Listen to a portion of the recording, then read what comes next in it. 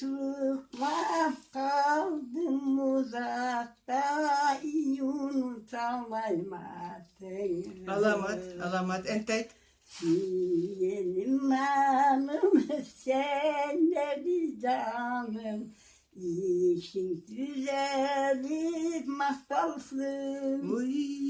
Süreni boğan, kesmeyin yoldan, yanı açıp saklasın.